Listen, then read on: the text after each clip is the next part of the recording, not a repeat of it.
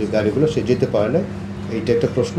আরেকটা প্রশ্ন বলেছেন থার্ড টার্মিনাল সংক্রান্ত, যে ইম্পোর্ট কার্গো টার্মিনাল অত্যাধুনিক যেটা হয়েছে সেটা আমরা বুঝিয়ে নিইনি, এবং যারা পাওনাদার প্রতিষ্ঠান আছে তারা বলে তাদের পাওনা আমরা বুঝিয়ে দিইনি। এটা আপনার প্রশ্ন, তাই তো?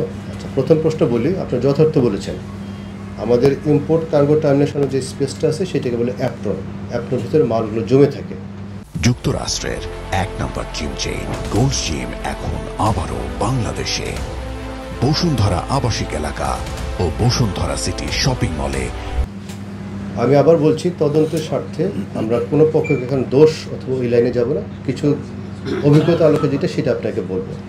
তদন্তাধীন জিনিসপত্র তদন্তের মাধ্যমে বেরিয়ে আসবে, সুতরাং তদন্তকে হ্যাম্পার করে কিন্তু আমরা মন্তব্য করতে আমি চাচ্ছি না।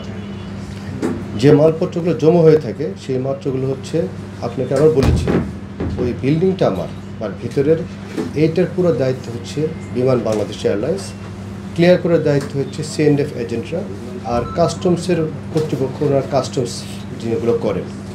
আইডিয়ালি রেগুলার অনুসারে এই জিনিসগুলো 21 দিনের ভিতরে ক্লিয়ার হয়ে যাওয়ার কথা। 21 দিনের ভিতরে মালপত্রগুলো ক্লিয়ার হয়ে যেতে হয়, কিন্তু যদি ক্লিয়ার না হয় এই 3 কর্তৃপক্ষ মিলে জিনিসপত্রগুলো ক্লিয়ার করেন। সুতরাং মালপত্রগুলো যদি জমে থাকে সেটা দায়িত্ব ওনাদের, এবং যেতে পারে না এই মালপত্রগুলো সামনে জমে থাকার জন্য যেতে পারে না, এবং এই সংক্রান্ত অনেকগুলো করসপন্ডেন্স করা হয়েছে, অনুরোধ করা হয়েছে। হাউএভার আনফর্চুনেটলি সেই মালপত্রগুলো সরে নাই।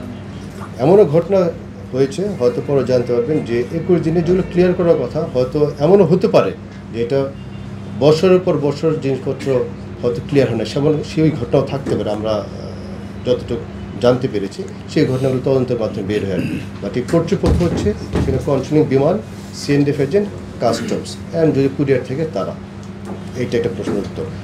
সেকেন্ডটা হচ্ছে যে আপনার যে নতুন যে কার্গো টার্মিনাল হচ্ছে সেটা টেক ওভার করা নিয়ে, এই টেক ওভার করা নিয়ে অনেকগুলো মিটিং হয়েছে। টেক ওভার করার জন্য টাকা পয়সার সংক্রান্ত আমরা একটু বিষয় এখনও ফয়সালা হয়নি। এই সম্পর্কিত একটা বোর্ডও গঠন করা হয়েছে 2 পক্ষের ভিত্তিতে। তাদের একটা দাবি আছে, আমাদের সেই দাবিটা সেই পক্ষের না। আমি টাকার পয়েন্টটা ঠিক জানি, কিন্তু আপনাকে বলছি না যে ওনাদের যে দাবি আমাদের দাবি, সেই দাবির ভিতরে একটা বিশাল বড় একটা 1000 কোটি টাকার উপরে আপনার গ্যাপ রয়ে গেছে।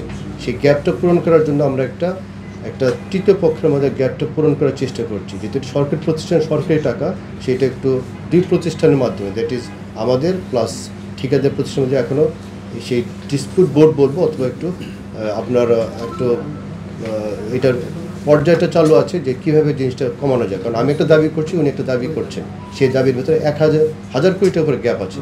সেই গ্যাপটা পূরণ হয়ে গেলে, এবং যে আপনার বিচারাধীন বিষয়টা আছে সেটা ক্লিয়ার হয়ে গেলে তার ভিতরে টেক ওভার করতে পারবো, তার আগে আমি টেক ওভার করতে পারবো না ভাই।